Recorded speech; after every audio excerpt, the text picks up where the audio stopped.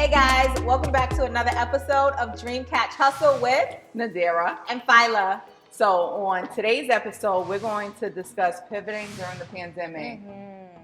And today we have an amazing guest, Tish Ferguson. What up? Tish Ferguson Beauty. How are you? I'm good. Thank you for having me. Thank you so much for being I'm happy to be here. So tell us a little bit about yourself.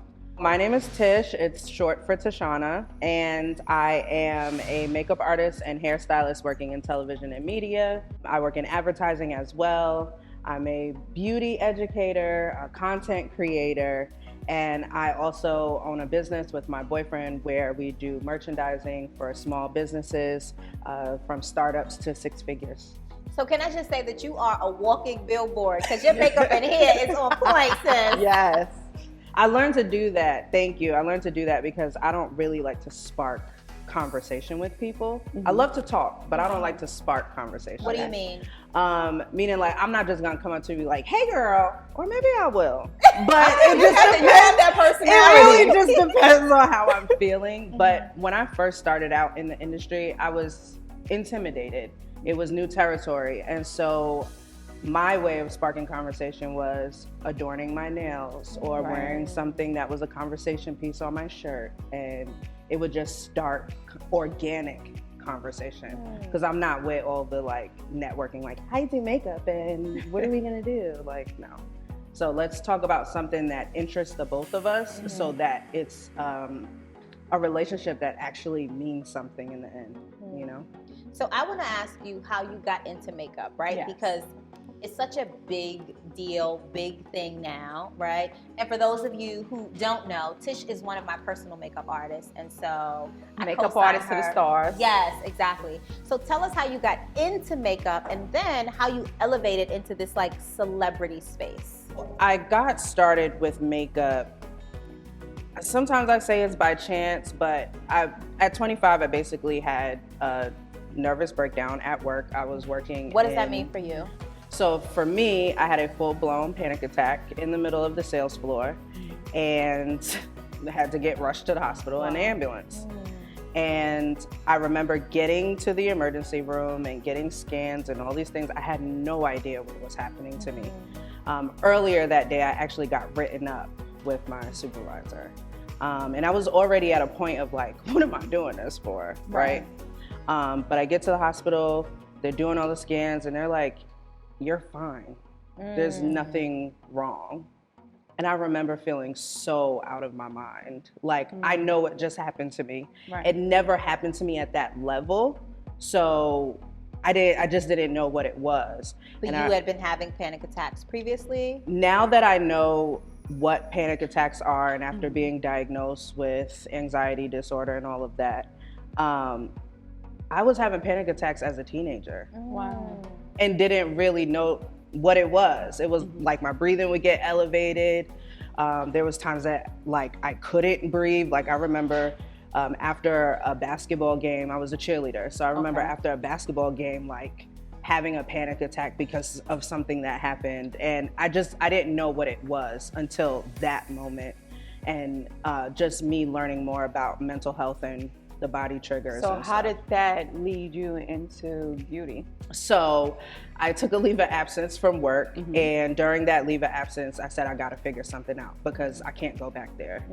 It's not conducive to. So that experience was a turning point for you. Yes, it was the push because I always knew I was supposed to be doing something great. I'm better than this. I right? always knew Exactly. it. But you know, I landed where I was in corporate America because I'm a college dropout. I didn't know what was next. I had my parents on my back, like, are you going back to school? Like that whole thing. And it was just like, school is not giving me what it is I need right now. Right. You know, so I just didn't see that in my future at the time. So I was just like, I gotta figure something out. And I said, what did Can we I pause here for just a moment, right? Because I think that's so important to make the connection between the things that you're saying, because so many of us are pursuing dreams that aren't really ours. So Right. many of us are going to school to get degrees that we don't really want to get, but we want to satisfy parents and society. And we're panicking in the midst of all that, and we are still pushing through. When I was applying to college, I knew I didn't want to go. So why'd you do that? Because at 17, what else are you supposed to do? What else you gonna do? That's what right? you're supposed to do. But You- also being a parent of a 17-year-old and a 24-year-old, it's when you're going through it, you don't understand it.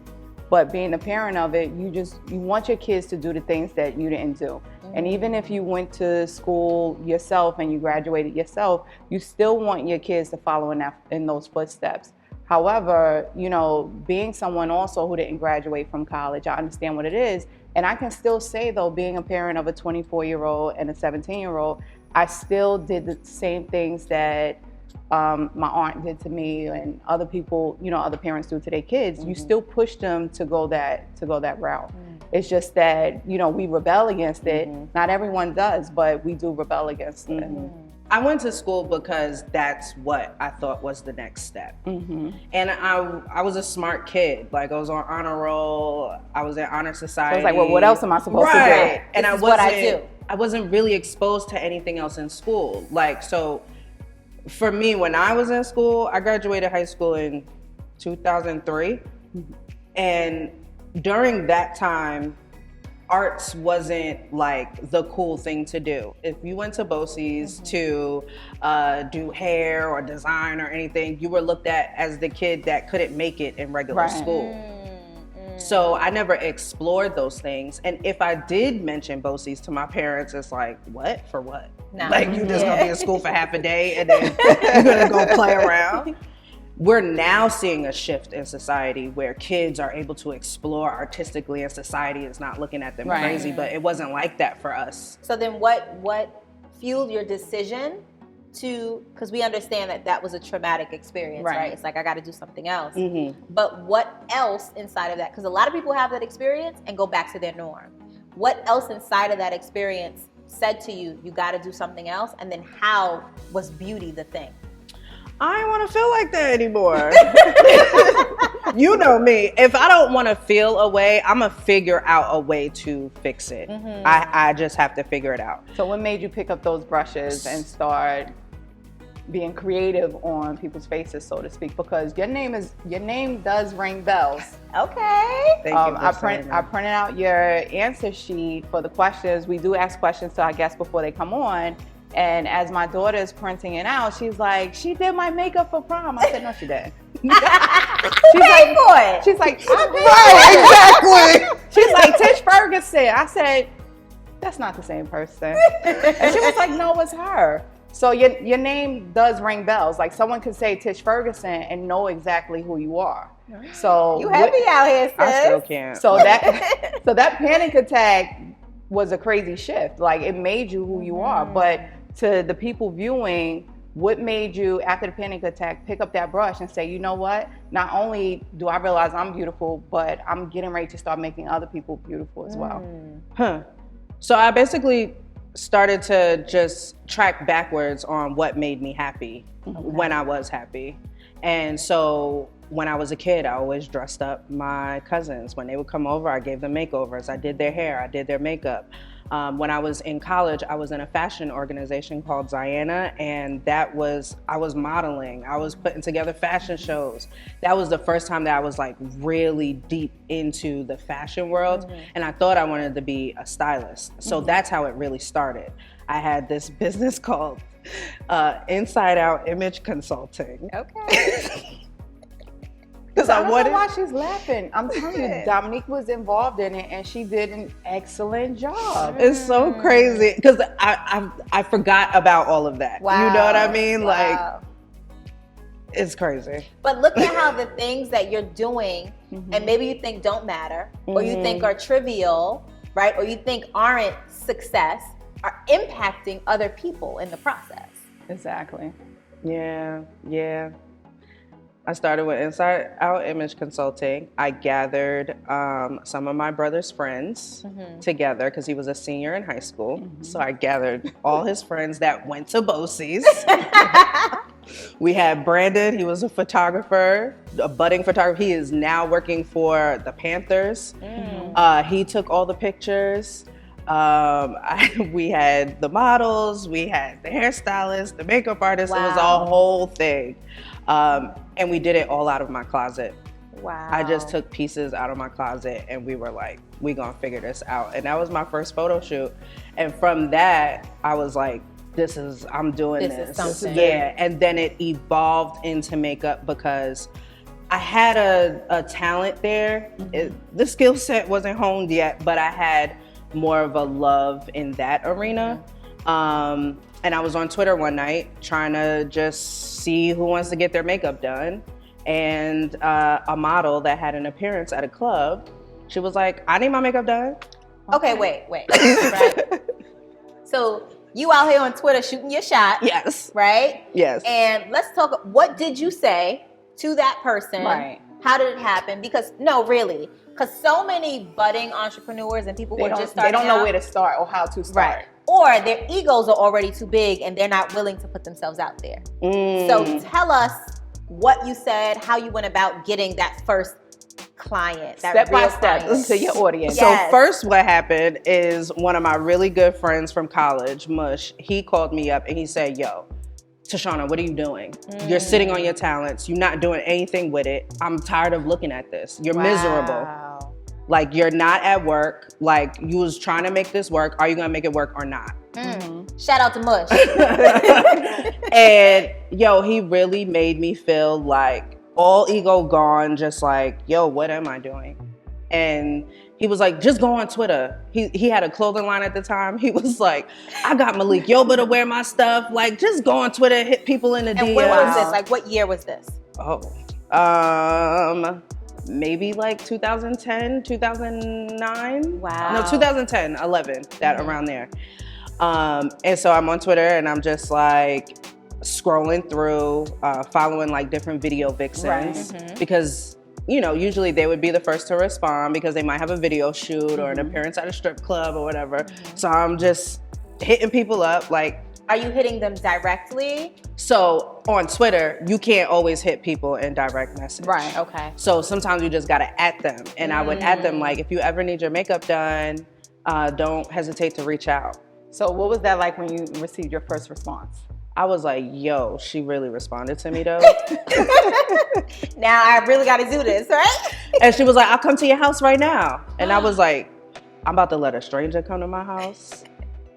And so I was like, it's either I do this or not. Like, I take the risk. Like, I was living with my parents. So like my father was home. So I was like, all right, if anything happens, like my father's a retired cop. So like we good.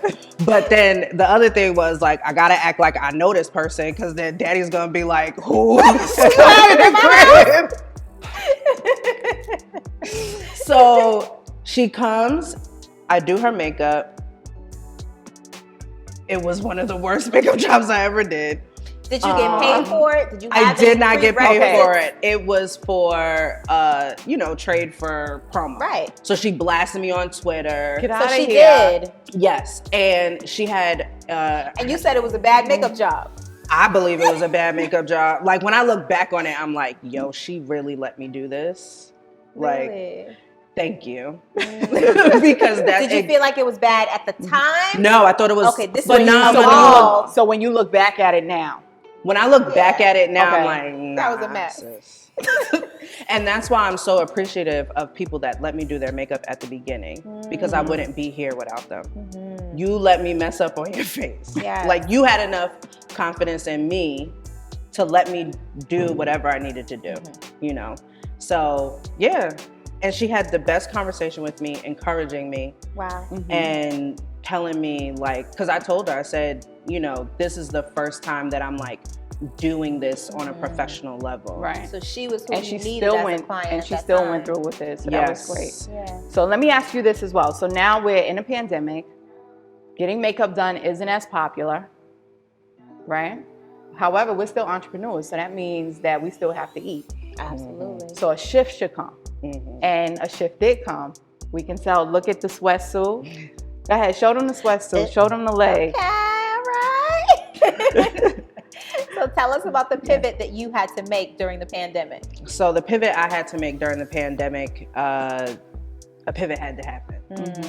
Where were you when you made the pivot? Was it like, I'm just eating peanut butter sandwiches, or was it like the fear setting in? What was actually happening to cause you to shift? It was fear. Because when the shutdown first happened, I was still working at the newsroom. Okay. So when everybody was in a panic, I really wasn't in a panic. I was like, oh, I got something. You know what I mean? And then they shut that down. And I said, yeah. It's real. Like, what am I supposed to do? My boyfriend had just started his merchandise line. And I was like, I've always wanted to do something like that because I love graphic t-shirts. I'm always searching for a graphic t-shirt to be a conversation starter. And so I was like, let me start a line that says things that I wanted to say, you know, things that resonate with me. And so that's how I started 413 Collective. I started with drop shipping, just throwing it out there to see what was gonna happen. And it grew legs. It grew legs to the point where bought machinery, started doing it myself, taught myself how to do it, because me and my boyfriend were talking about it at one point, and he was like, you know, the machine is like 200 and the machine is like this, and I'm like, well, let's figure it out. Do it. And I figured out how to use it. I watched all the YouTube videos. YouTube University. And, you know, I started doing that. But while I was doing that, I also pivoted in beauty. So beauty never left. Because 413 Collective is everything. I named it 413 Collective because it's named after Philippians 4:13, I can do all things through Christ who strengthens me. And for me, that is the umbrella of everything that I do. So 413 Collective kept me creative when I wasn't able to touch another person. I was able to touch people through the merchandise. So I also pivoted with beauty by doing virtual lessons. I am a beauty educator as well. I teach at the New School of Drama, which is formerly known as Parsons. Is that something you were doing before the pandemic? I was doing it before the pandemic, and it turned virtual. And so because it turned virtual, I was like, I need to push doing virtual lessons with clients because there are people that still need to know how to do their makeup. I have clients that are actors, that are on air personalities, and they were doing their makeup during the pandemic. You know, their own makeup. So that was a pivot, going online. And now I'm like deep in my pivot because the pandemic has shown me that there's so much more than to just showing up on set and doing somebody's makeup. I've been in the game for 10 years. For some people, that's a long time. For others, I'm still a baby. That sounds like a bar. But for me, in the 10 years, because I went hard, like when I said I was gonna be a makeup artist, I left everything. And I did makeup 24 hours, 7 days a week. I did it for free, I did it for money, I did it for whatever. And I did it for 10 years. There was no, I'm working a 9 to 5 and then doing it on the side. So my 10 years may be different than somebody else's 10 years. So I've learned a lot. And so now I'm at the point where— You had an accelerated course. Yes. And that's how life be with me. So for me, now I'm seeing there's a digital space to beauty. And I'm not just trying to be somebody that's coming on set to make 6 figures. I want to make 6 figures from my house. That's the smart way to make money. So what does that look like for you, right? This idea of being able to make 6 figures from home now as a beauty brand. Right? What does that look like? What are some of the things that you're considering or that you're working on to make that happen? So to make 6 figures or 7 figures as a beauty brand, because that is possible, I need people to understand that you can be a millionaire being a beauty professional. And can you explain to the audience how you can do that? How can you be a millionaire? So with that, it's to get to the multiple 6 figures and 7-figure mark, you have to be doing more than just showing up to set. Or showing up to a client. So what you need to be doing is creating revenue that you don't have to show up for. Passive income. So, exactly. So I'm at the space right now where I'm developing different courses and I'm in the process of writing a book. Okay. These are things that are going to make me money in my sleep. Right. And it's me packing up my knowledge from the past 10 years and selling it. And selling digital content. Right. Because people asking me for it. Every day, people are in my DMs. And I'm like, I got to start getting paid for your this. intellectual property. Exactly. So that's what I've been doing. The last 3 months, I've been real heavy into developing different digital products. So with that also being the case, as women, once we figure out what our goal is, we drive right into it. How do you work out self-care, so to speak? How do you find time for relationships, being with your boyfriend, or even girl time with friends? Because that's healthy for us too, to have someone to talk to. So how do you find the time to do that now that over the last 3 months, you've been shooting towards your new goal? Right. And I just want to say this, that boyfriend sounds like a really supportive partner and friend in all this. He is. I've glowed up a lot since we've been together. He sees the best parts of me. But so I have to be intentional. Really, the only reason why I even met my man is because I was being intentional at the moment. About what at that time? About making time and making space. Without anybody being there. Right. So I was doing small things like making space in my closet. I bought a tie and I put it in my drawer. Okay. I started going on dates. Even if it was somebody that just, like, we're just having fun. Like, I intentionally went on dates to open up that energy for it to come in. That's that manifesting magic. Right. And a year of that, it came, you know?